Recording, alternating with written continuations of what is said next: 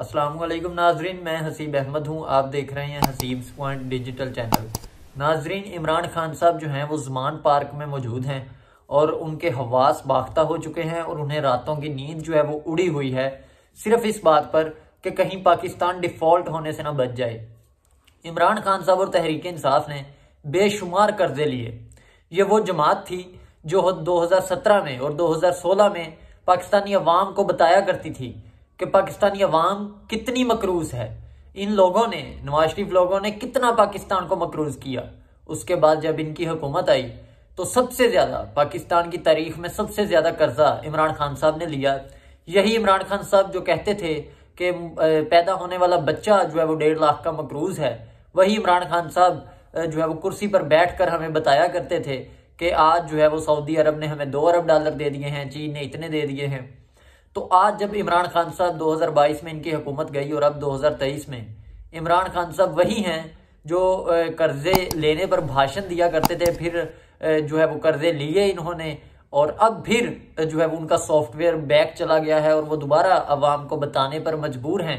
कि जी ये फिर कर्जे ले रहे हैं और पाकिस्तान को डुबो रहे हैं। लेकिन इमरान खान साहब ने कोई कसर नहीं छोड़ी थी कि पाकिस्तान जो है वो डिफॉल्ट कर जाए। इमरान खान साहब ने बेशुमार कर्जे लिए जिसकी किस्तें जो है वो वापस ना हो सके और पाकिस्तान डिफॉल्ट कर जाए। इमरान खान साहब ने सऊदी अरब, यूएई, चीन, कतर, सब दोस्तों के साथ, सब दोस्त ममालिक के साथ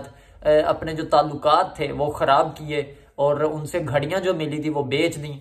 तो किसी ना किसी तरीके से पाकिस्तान को कहीं से इमदाद ना मिले। तो अब जो सूरत हाल थी वो मुस्लिम लीग नून और इत्तेहादी जमातों के हाथों से निकलती जा रही थी और शहबाज शरीफ साहब ने जुनेवा में जो एक कॉन्फ्रेंस हुई है उसमें शिरकत की और वजीर खारजा भी वहां पर मौजूद थे और जो वहां से इमदादी ऐलान किए गए हैं पाकिस्तान के लिए, उसके बाद इमरान खान साहब की जो है वो नींदें उड़ी हुई हैं सिर्फ इस बात पर कि कहीं इतने ज़्यादा जो है वो डॉलर्स का ऐलान जो हुआ है, सऊदी अरब ने 2 अरब डॉलर्स का ऐलान किया, चीन ने भी, कतर ने भी, और कहीं ये सब जो है वो पैसा जब पाकिस्तान आएगा तो ये डॉलर का रेट जो है वो उस पर इफेक्ट करेगा, जिसके बाद जो है वो ये जो इस हुकूमत पर ये प्रेशर था कि इकॉनमी जो है वो ख़त्म हो रही है और पाकिस्तान डिफ़ॉल्ट कर जाएगा, वो ख़तरे जो है वो टल गए हैं। और इमरान खान साहब को इस बात का पता है कि अभी ये अगर मैं प्रेशर डालकर इलेक्शन ले लूँ तो इसमें तहरीक इंसाफ की मकबूलियत ज़्यादा है और जब अगर कुछ वक्त गुजरता है तो गुजरने के साथ साथ, वक्त गुजरने के साथ साथ इमरान खान साहब की पॉपुलैरिटी का हाल जो परवेज़ लाई साहब कर रहे हैं वो सबके सामने है। और परवेज़ लाई साहब जो हैं उन्होंने कोर्ट में एक जो है वो केस किया था कि मुझे जो है वो दोबारा बहाल किया जाए और गवर्नर पंजाब ने जब उन्हें डी नोटिफाई किया था उसके बाद वो अगले रोज़ जो है वो लाहौर हाई कोर्ट में गए थे और वहाँ एक केस जो है वो किया था और उस केस में इन्हें रिलीफ भी मिला था और लाहौर हाई कोर्ट ने कहा था और चीफ जस्टिस ने कहा था कि आप जो है वो बहाल हो चुके हैं और आप इस बात का एतमाद दें कि आप जो है वो असम्बली तहलील नहीं करेंगे और एतमाद का वोट लेंगे। तो परवेज़ लाई साहब ने कहा था कि मैं एतमाद का वोट लूँगा और वो एक्सटेंड हो गई थी समात जो है वो 11 जनवरी तक, जैसा कि आज 11 जनवरी है और परवेज़ लाई साहब ने अभी तक एतमाद का वोट नहीं लिया था। तो मुस्लिम लीग नून और दूसरी इत्तेहादी जमातें जो है वो लाहौर हाई कोर्ट में उन्होंने रिट की कि परवेज़ लाई साहब को जो है वो वज़ीर आला से डी नोटिफाई किया जाए क्योंकि इन्होंने एतमाद का वोट नहीं लिया।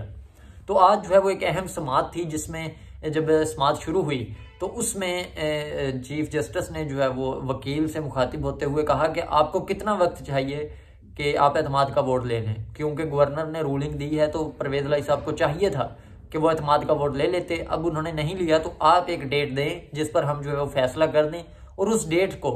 आपने एतमाद का वोट लेना है। लेकिन इसमें अभी वक्फा जो है वो चल रहा है और परवेज़ लाई साहब जो हैं वो इस पर एग्री नहीं है कि एतमाद का वोट लेना है और इस पर लाहौर हाई कोर्ट ने कहा है कि आप 24 घंटे के दौरान, 24 घंटों के दौरान जो है वो 186 जो इनके अरकान हैं उनकी सपोर्ट हासिल करें। ये आपको जो है वो 24 घंटों के दौरान 186 अरकान की सपोर्ट अगर हासिल ना हुई तो आप वज़ीर आला पंजाब नहीं रहेंगे और दोबारा अरकान जो हैं वो वज़ीर आला पंजाब का इंतखाब करेंगे। दूसरी तरफ नाजरीन, जो शहबाज गिल साहब हैं वो उस दिन से लापता हैं जिस दिन से इस्लामाबाद में एक पुलिस थाने में उनके खिलाफ वारंट गिरफ्तारी जारी हुए थे। उस दिन के बाद जो है वो शहबाज गिल साहब जो हैं वो वेंटिलेटर पर लेटे हुए हैं और उनका कहना है कि ये इनके जो है वो आखिरी दिन चल रहे हैं। इस तरह की सूरत हाल बनी हुई है। तो शहबाज गिल साहब जो हैं वो पहले अदारों के खिलाफ जो है वो ऐसी जुबान और गलीज जुबान जिस तरह की वो सियासतदानों के बारे में इस्तेमाल करते थे, उन्होंने वो करते हैं जनरल बाजवा के बारे में। उसके बाद जब उनके खिलाफ वारंट गिरफ्तारी निकल जाते हैं अदारों के खिलाफ बोलने पर, तो वो भाग के जो है वो वेंटिलेटर पर लेट जाते हैं और इस बात से तासुर दिया जाता है कि ये जी इनकी सेहत बहुत ख़राब है और इनको गिरफ्तार ना किया जाए। और वो भी, और इसके अलावा जो एक सेनेटर आजम स्वाति साहब हैं, उन्होंने इंतहाई गलीज और गंदे किस्म के जो है वो ट्वीट किए थे, जिसके बाद उन्हें गिरफ्तार किया गया था और अब दोबारा जो है वो रिहाई मिल गई है। तो रिहा होने के बाद उन्होंने फिर जो है वो वही बातें की कि जनरल बाजवा मैं तुम्हारा मरने तक पीछा करूंगा, लेकिन ये नहीं बताते कि खुद इन्होंने क्या किया है। ये वो तहरीक इंसाफ है जो आटा चोर, चीनी चोर सारे इनके अंदर थे, अद्वियात चोर थे, लेकिन आज वही पाकिस्तानी कौम को जमहूरियत का दर्स दे रहे हैं। एक्चुअली ये जमहूरियत के चोर भी थे, क्योंकि इन्होंने जनरल बाजवा को ताहयात एक्सटेंशन देने के लिए इमरान खान ने ऑफर की। ये वही इमरान खान है जिसने अपने आटा चोरों को साथ रखा, चीनी चोरों को साथ रखा और बड़े बिजनेस टाइकून को जो है वो प्रॉफिट दिया। और इन्होंने बहुत हर किस्म का जो है वो इनके दौर में करप्शन स्कैंडल सामने आए, लेकिन आज वही इमरान खान और तहरीक इंसाफ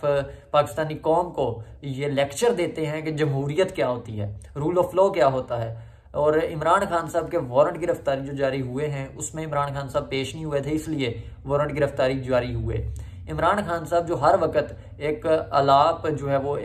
लापते रहते हैं कि जी रूल ऑफ लॉ, पाकिस्तान में रूल ऑफ लॉ नहीं है, इंसाफ नहीं है, इंसाफ हो तो ऐसे हो। तो इमरान खान साहब जो हैं वो इस इंसाफ के रास्ते पे खुद नहीं चलते। इलेक्शन कमीशन ने कहा कि आप आकर जो है वो पेश हों, इमरान खान साहब पेश नहीं हुए, जिसकी वजह से उनके खिलाफ वारंट गिरफ्तारी रात को जारी हुए। और इमरान खान साहब जो हैं वो पाकिस्तानी अवाम को जो है वो बताते हैं कि जी रूल ऑफ लॉ कितना ज़रूरी है,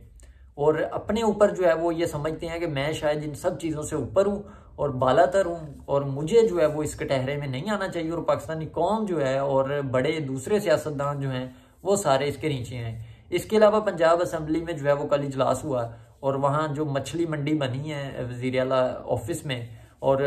वहाँ जो पंजाब असम्बली में जो कुछ हुआ उसमें वफाकी वज़ीर दाखिला राना सनाउल्लाह साहब और अताउल्लाह तारड़, जब जो है वो वफाकी वज़ीर वहाँ पर इंटर हुए तो उन्हें जो है वो इंटर नहीं होने दिया गया, जिसके बाद वफाकी वज़रा ने पंजाब असम्बली के बाहर एहतजाज किया, जिसके थोड़ी देर बाद उन्हें जो है वो एंट्री मिल गई। लेकिन जो पहले वहाँ पर तमाशा हुआ खड़े होकर, और राना सनाउल्लाह साहब ने जिस तरह के अल्फाज उनके बारे में कहे और उन्होंने जिस तरह से राना सनाउल्लाह साहब के बारे में कहे, और राना सनाउल्लाह साहब की गाड़ी पर जूता फेंका गया,